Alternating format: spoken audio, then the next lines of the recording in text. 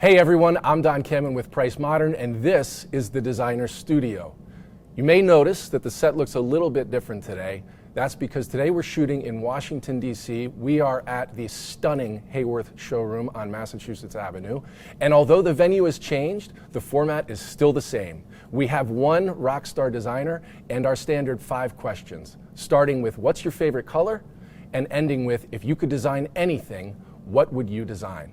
And joining us today is the co-director of interior design and senior associate at Hickok Cole Architects, Amy Shavelson. Welcome to the Designer Studio. Hi, thanks for having me. Sure. Well, we had a chance to meet earlier. We sat down at Baked and Wired in Georgetown, and you were right, it was the best red velvet cupcake that I've ever had, so thank you. Yeah.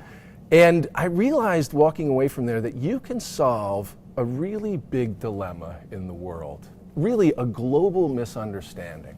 And that is that 50% of the world says Ralph Lauren. And the other 50% say Ralph Lauren. Yeah. Now, you had a different career before you got into design. You started with that company. I did. So let's set the world straight. It's Ralph Lauren. It's Ralph Lauren. Yeah, so he's American, not French. There you go. You know who you are, and the record is clear. We did it here on the Designer Studio. It's Ralph Lauren. Thanks for clearing that up. Yeah, my pleasure. So you start as a buyer in Manhattan, and that's your first career. I actually started as a manager within the store. I was managing the flagship location on Madison Avenue, particularly the home collection floor.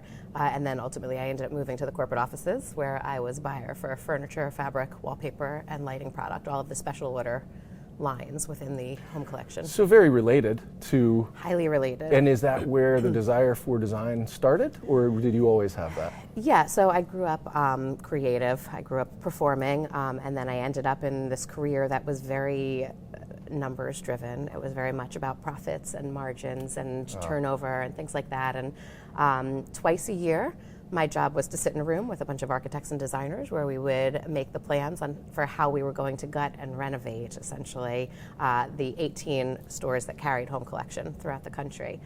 Because Mr. Lauren was never trying to sell a product, but always trying to sell a lifestyle. So it wasn't just let's sell the bed, it was sell the linens on the bed and sell the end table and the coffee table books that are on the end table and the cup of water that's sitting on top of the coffee table books. And so we would gut and renovate, and I'd sit in a room with the architects and designers as we sought to imagine this design concept that we had set forth in our primary showrooms in New York. And I thought their job was so much cooler than mine. Yeah. So I went back to school. So you went back to school. Yeah. And where did you go? I went to New York School of Interior Design on the Upper East Side. Okay, great. Yeah. And the second career begins. Yes, yeah, I'm about 14 years into that second career already. Years. Great. So well, time flies. Okay, so you know how this works. Yeah. We ask you the 5, and we'll start with the easy one. What's your favorite color? Yeah, it's not so easy. No? I think that this question I've decided is essentially impossible to answer. Kind of like when people say, what's your favorite movie, what's your favorite song? Right. Right. Right. The color is tied to so much for me, and I think part of it probably comes from that past experience as a textiles buyer. And I see color and texture as so inherently linked to each other, and color is so much about feeling to me. So when it comes to personal style, there's a lot of neutrals involved, right? I live in a very gray world. But when it comes to other colors, the way that a nice blue or a lilac makes me feel is just completely different than the way that a green makes me feel. And then it links to texture. So I think of like a nice like creamy ivory color, and immediately that's a cashmere. That's a rich nubby texture too. It's not just the color. So is it fair to say that maybe on a project you would have a favorite color for that project? Yeah. Because all of those things are coming together. I think that's fair to say. Can you think of a project where maybe you thought, wow, that is the right color, we chose that one, this pops here? I can. A number of years ago I designed a pediatrics clinic, and the way that we used color in that space was really strategic and I think super successful. Great. Yeah. Okay, so kind of related is the second question, what's your favorite material? I'm a textiles girl. Yeah. I am all about the texture, and again, very inherent to the nature of the color is the quality of feeling and the level of depth that textiles will impact any space. Excellent. And who would you say was your greatest design influence? So I thought about this one a lot, and I think I went through all of the very standard and typical responses, but ultimately I think I landed on Ralph Lauren. And the reason is because, one, he has and that experience very directly influenced my design acumen.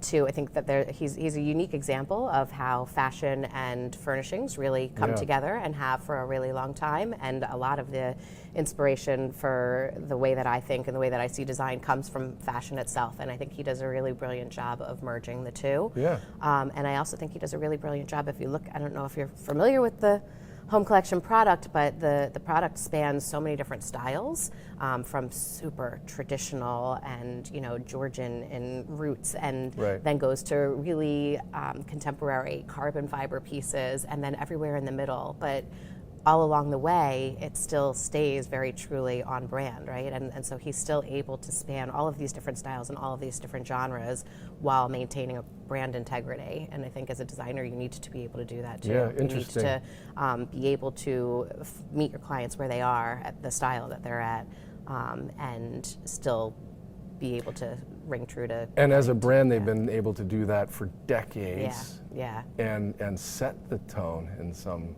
cases. So interesting. So that was my first exposure to design, and very much directly inspired and impacted my. Still inspires you. Interesting. Acumen. Okay. Yeah. And so, how about your favorite piece of architecture or interior design? And I guess I would open that up, given your last answer, to even any design really that kind of inspires you. Yeah.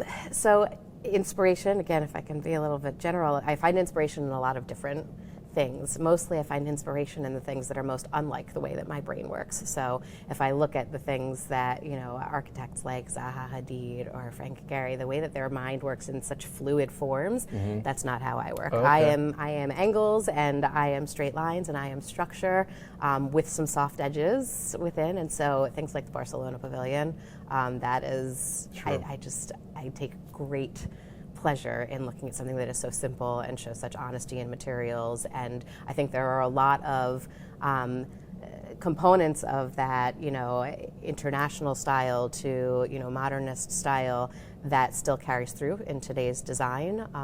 That connection between inside and outside, using a lot of glazing, and it's certainly softened up in today's world, and we've taken it to the interiors, I think, more successfully than it ever could have withstood on the exterior of spaces.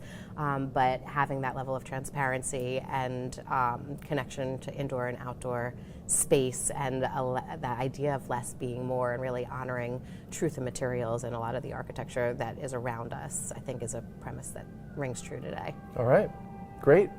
And finally, if you could design anything, doesn't have to be an interior space, if you could design anything, what would you like to design? I'm going to nerd out a little bit here. Okay, good. The highway system.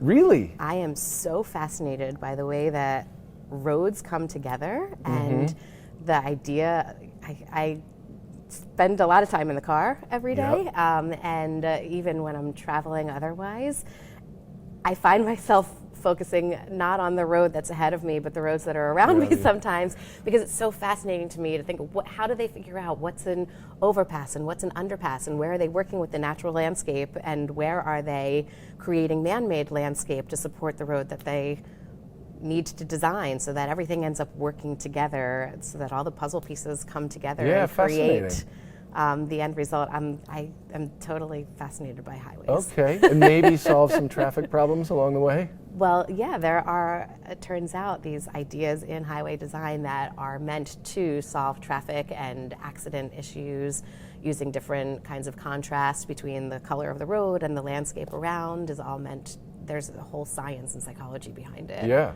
That I think is so nerdy and so cool. Well, that is nerdy cool. Very nerdy cool. Well, thank you so much for joining us today. Really appreciate it. And if you're interested in working with Amy on your next project, please go to Hickok Cole's website, and you'll find contact information there for Price Modern. Of course, pricemodern.com or hayworth.com. And we will see you again next time here on the Designer Studio.